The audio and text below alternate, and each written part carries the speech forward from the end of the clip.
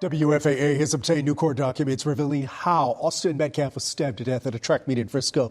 Police say another teenager had fresh blood on his finger when they found him at Kirkendall Stadium. The affidavit shows that when officers arrived, Carmelo Anthony told them he got into an argument with Metcalf. And when the arresting officer said he had the alleged suspect in custody, Anthony replied, "I'm not alleged. I did it." So as you just heard right there, we have new information in relation to the murder of Austin Metcalf at the hands, allegedly, of Carmelo Anthony, who has been charged with the crime. And the reason we have to go over this is because there was such scant reporting on the specific details in the original news reports that we have now seen black activists try to fill the void by defaming Austin Metcalf by saying, no joke, that Carmelo Anthony was an innocent Baba Angel Aladdin, showing pictures of him in a suit and tie looking all sharp and making the case that Austin Metcalf was actually the person who deserved to be stabbed in this particular scenario. And I'm not kidding about this. I'm not joking even a little bit. So we're going to break all of this down. But before we do, I want to thank everybody who supports this channel via actualjusticewarrior.com/join. Give me the money. Give me the money. Okay. So as a refresher, there is a track meet involving 6 different schools in the Frisco, Texas area. What ultimately ended up happening was that there was a rain delay. During the course of the rain delay, Carmelo Anthony, the 17-year-old who did not go to the same school as Austin Metcalf, decided that he was going to sit in the tent that was reserved for students of the school. He was asked to leave, and then what we ended up hearing was that there was some sort of altercation, and that ultimately ended up resulting in the stabbing of Austin Metcalf by Carmelo Anthony. Now again, the details were not made publicly available, and the local news media kept reporting this as a fight where a student was stabbed and vagued up the language, as we often see whenever we have a black perpetrator attacking a white individual. And I know that the family has said repeatedly that they don't want to racialize this, so to be clear, there does not appear to be a racial motive behind the actual crime itself. But in addition to that, we have to highlight that the reason people are going out of their way to smear their son as the attacker is due to the fact that he's white, and they want to protect the innocent Baba Angel murderer Carmelo Anthony. Now, of course, it is alleged right now he has not been convicted, but according to the local news report, when he was described as the alleged suspect by the police, he said, "I'm not alleged, I did it." Well, according to the police report from the Frisco Police Department obtained Friday by CBS News Texas, Anthony is a student at Centennial High School, but he sat down under the tent with Memorial High School students, including Austin Metcalf. A witness told police that Austin Metcalf told Anthony to leave the tent. Anthony then grabbed his bag, opened it, reached inside, and said, quote, "Touch me and see what happens." The police document said nobody thought that Anthony had a weapon. So this is very important for this particular case because Carmelo Anthony is not charged with a heat of the moment type of manslaughter. He is charged with first-degree murder, and it is widely believed and widely assumed that the knife that he ultimately ended up using to stab Anthony was actually in this bag. So already, just based on being told that he cannot sit in the tent that doesn't correspond with the school that he goes to, it appears that he has reached in the bag and drawn a knife from it, already preparing for a deadly encounter. In addition to that, he also tries to bait the young Austin Metcalf into a physical altercation by saying, "Touch me and see what happens." And of course, these are competitive guys, these are athletes, so obviously this ends up resulting in Austin not backing down, which is rather unfortunate for him. And according to one witness, Austin Metcalf then touched Anthony or grabbed Anthony. According to another witness, there's also people that said that he grabbed at the bag. Then Anthony drew the knife and stabbed Austin Metcalf once in the chest, in the heart, by the way, before running away, according to police. So yeah, Carmelo Anthony, if either of these witnesses are believed to be telling the truth, is 100% guilty of murder based on these facts right here. But I want to show you a little bit of a trick that this CBS article does, because again, they love to hide in the vagaries. They love to shield information from you, even though we can find this information if we actually look a bit further. So after the sentence that reads, Anthony then pulled out a knife and stabbed Austin Metcalf once in the chest before running away, according to police. It then jumps to police said while he was in custody, Anthony claimed the stabbing was in self-defense and asked officers if Austin Metcalf would be okay. And by the way, the local news segment that I've been interspersing clips of throughout the course of this segment also gives you the same basic chronological order of events events. An argument over where Anthony was sitting while the meet experienced a rain delay sparked a confrontation between the teen and Metcalf. According to arrest paperwork, Anthony sitting underneath Metcalf's team tent. You could see it from the air when we flew over the crime scene. Metcalf from Memorial High, Anthony from Centennial. A witness telling police Metcalf told Anthony to move from under the team's tent because he didn't go to their school. The witness telling police Anthony grabbed his bag, opened it, and reached inside and proceeded to tell Austin, "Touch me and see what happens." Investigators writing that Metcalf grabbed Anthony to tell him to move and that Anthony pulled out a black knife and stabbed Austin once in the chest and then ran away. When officers arrived, the knife was found and police say Anthony admitted to what happened, but said this to police: "He put his hands on me. I was protecting myself," even asking another officer if what happened could be considered self-defense. However, they leave something out that I think is incredibly key. They leave something out that I think is incredibly crucial, which is after Anthony stabbed Metcalf one time, he not only ran away, but he also took the knife and tried to chuck it in the bleachers in order to hide the murder weapon before he was ultimately ended up getting captured by the police. Again, so we have a guy who pulled out a knife prior to any physical altercation. First of all, he already committed a crime, let's be clear about that, by bringing the knife to this school event in the first place. But he pulls it out after being told he's not allowed to sit in the tent that doesn't correspond to his school because he found that to be disrespectful. That's me speculating on motive right there. Let's be clear about that. Then he tries to bait Austin Metcalf into a physical altercation, which he immediately escalates to a deadly force altercation. And now he's trying to claim, and his father's trying to claim, and a bunch of different various activists are trying to claim that he was not the aggressor. He's just it's a Baba Angel Aladdin who was defending himself, and you can't really expect him as a young black man, age 17, to understand that you're not allowed to stab somebody over a dispute on whether or not you're allowed to sit under a specific tent. Now, of course, we talked about on this channel before how different people that went to school for him, including the one girl that they were able to interview on camera, said that he had a history of getting into physical altercations. While here at Centennial, students shocked about what happened, that one of their classmates could be charged with such a serious offense. One girl that we spoke with knew Anthony pretty well, that she says, and told us this. I'm in shock because it's like, I wouldn't expect that from him. I only know him fighting and stuff, like, you know, but to take someone's life is just like a different level. We also have some social media posts of Carmelo Anthony. Now look, normally I wouldn't get too into his social media posts, the things that he shares online, because honestly, people pose in all kinds of goofy ways. And, you know, there's a saying that a picture's worth 1,000 words. I think the actual saying is pictures often very much lie. But the thing is, a lot of the defenders of Carmelo Anthony that exist out there for some ungodly reason, well, actually, I know the reason. It's because they hate white people and they like the idea, many of them, of a black kid killing a white kid, especially one that was set up for success like Austin Metcalf, are circulating this photo of him with a tie where he's looking sharp. And the fact is, we've seen this tactic time and time again. We had a photo of Trayvon Martin out there for the longest time where Trayvon was quite literally 13 years old in the photo. We see the same thing with people like Michael Brown. I mean, we've gotten to such absurdity that we've talked about people on death row for crimes that they committed in their 20s, and they end up showing us baby pictures of them with their mom when they're not even 20 months old. It's absolutely crazy how the media and how these people try to manipulate you with these nice looking photos. And when you're going to do that, I'm going to point out that these are actually two far more recent posts from this individual. Again, and I understand that somebody's going to come at me and say, what about those white congressmen that have photos of themselves with their kids and their kids are holding guns? Isn't that the same thing? And obviously it's not, because again, that's a family photo, a goofy one if that, maybe one that I wouldn't take with my family, but it's not the same thing as either one of these. And again, you're trying to obfuscate and kind of paint an image of this particular kid, of the suspect in this particular case, based on an outdated photo when there's far more recent ones for us to see. We even have a mugshot that you can perfectly go with and then not even get into social media, but you decided to go out of your way, skip over these in order to get this one to make him look better. But that is just the least of it. The father even trying to defend him. If the kid is going with self-defense, he wants to believe his son. Again, the least of it. What do you expect? If you're caught, the best thing you're going to do is try to lie your way out of it. Metcalf's father telling me self-defense is not a reasonable excuse. The truth will come out.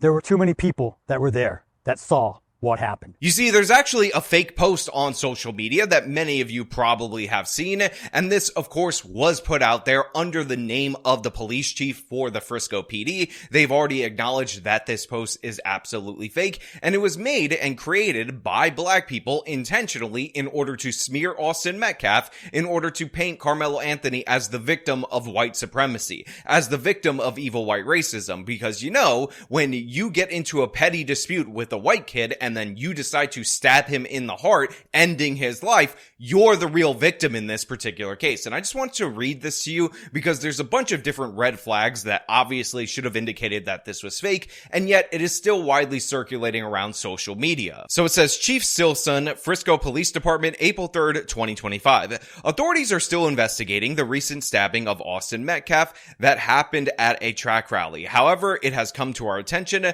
that a number of far-right bloggers have been spreading misinformation on social media about the incident or intentionally omitting details and circumstances that resulted in the stabbing. We are disturbed by the number of news articles that have been posting a highly misleading and vague headlines, falsely insinuating the victim was stabbed and killed at random. So just for clarification, we would like to reiterate once again that this was not all caps random or an unprovoked attack. So to be clear, it is a giant red flag to see the alleged police chief putting not random in all caps and saying it's not an unprovoked attack, while simultaneously that department has charged Carmelo Anthony with first-degree murder. These things do not jive. If, again, this was considered a legitimate, even partially legitimate self-defense, you would expect a lower homicide charge. But based on the facts that, again, they were slow to release, we understand that this was random. He ended up in the tent, he ended up getting into an altercation with this person that he did not know, and he stabbed and killed him for no real reason other than the fact that he felt disrespected by not being allowed to sit in a tent that didn't correspond with his school. But again, I will move on further down into this particular post. But before I move on to this particular post, I also want to highlight that right at the top where it says David Shilson, you can see that when this was screenshotted was just after it was posted. It says just now, not even a minute after. This is an obvious indication that the person who made this fake post is in fact the person who is sharing it out to the public as if it is the true post for the Frisco Police Department chief. Our department has made that clear numerous times in interviews and press conferences. It was also not racially motivated. The victim was stabbed during a mutual combat altercation that the white teen, again, white is capitalized right there, initiated with the suspect.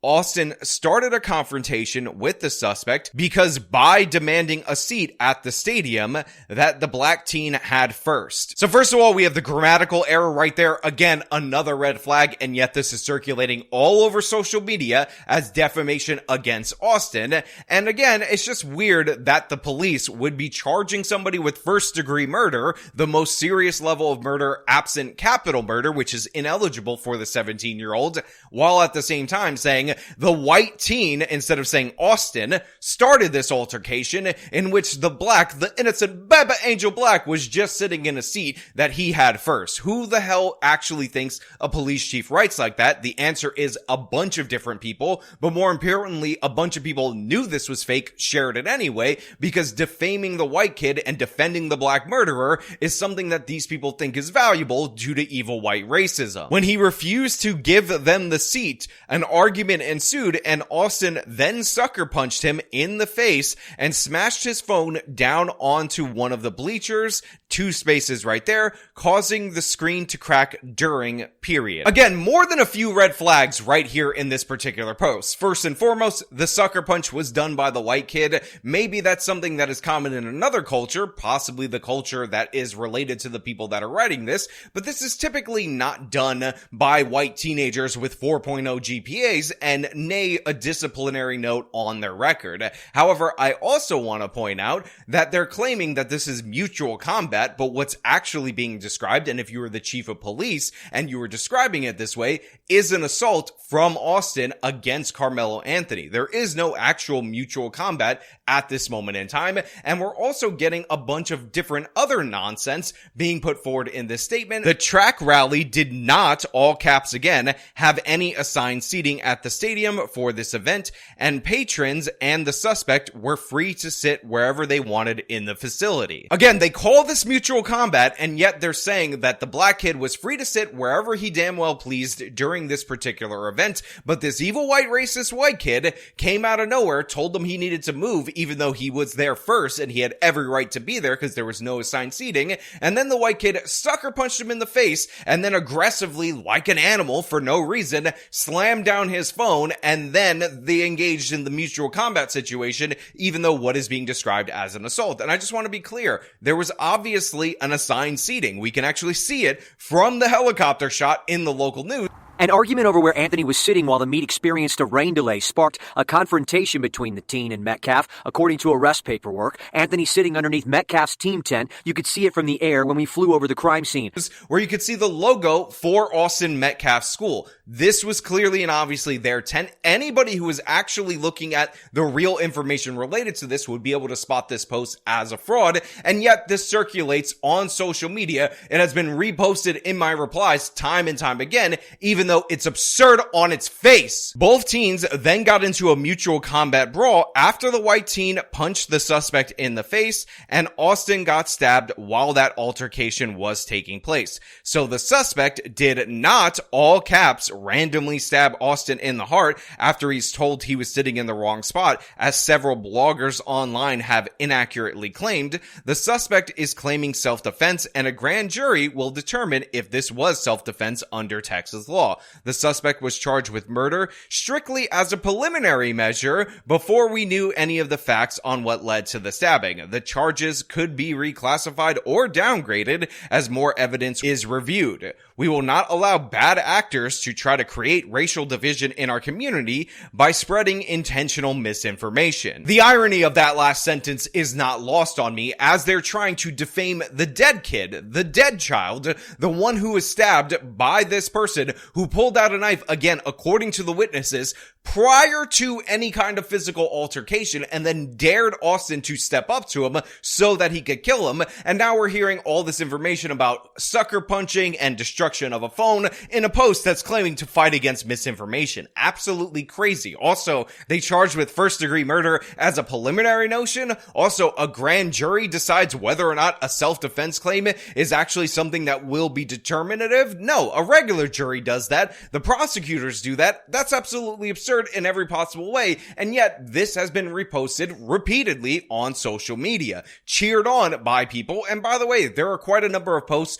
from black people on social media that are saying, well, I don't really care if this is fake. It's important to get this version of events out there so we can back up our boy Carmelo Anthony. He's such a good guy. He's such an innocent Baba Angel Aladdin. All he did was stab a white kid. It's not like that kid's life actually matters. It's not like him and his family are humans. The exact same misinformation was also spread by right-wing media in states outside of our jurisdiction, including the Kaylee Gain case, the Ethan Liming case, and the Alabama boat brawl cases, which got national outrage on social media due to false racial optics by an din. Each case later turned out to be incidents of black individuals fighting back against assaults made by white suspects who attacked them first. So it's disgusting that they, of course, bring up the Ethan Liming case. I actually have multiple different videos on that. And of course, the suspects in the Ethan Liming case got off very easy, despite the fact that they sucker punched Ethan Liming, jumped him, by the way, and then, of course, stomped him out when he was unconscious on the ground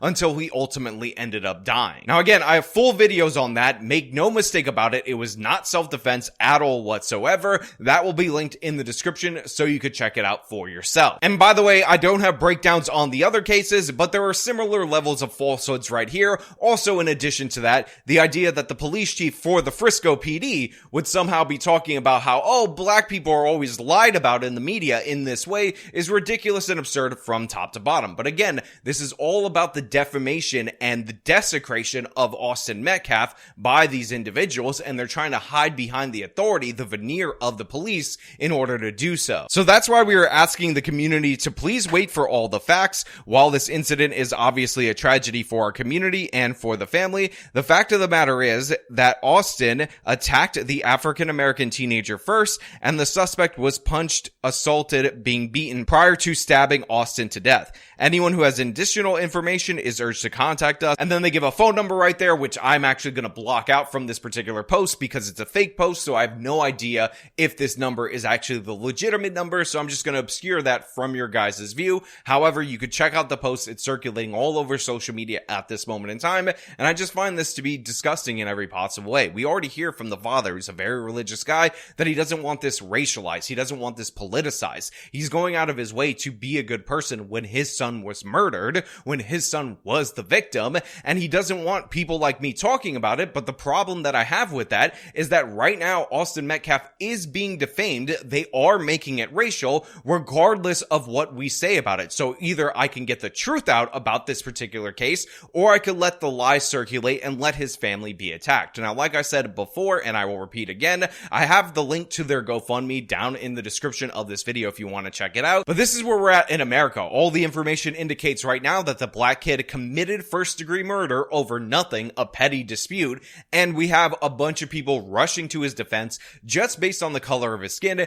and defaming the victim because he's white, therefore he's an evil white racist. And even if he isn't an evil white racist, they don't care and they don't think his life matters, so they think it's fun to do. But you know what? Those are just my thoughts. I want to know what you guys think down in the comments below. If you like the video, show them by leaving a like, subscribe for more content, follow me on my social media, support me via the support links in the description of this video. This has been me talking about people defending the killer and cheering on the murder of Austin Metcalf. Till next time.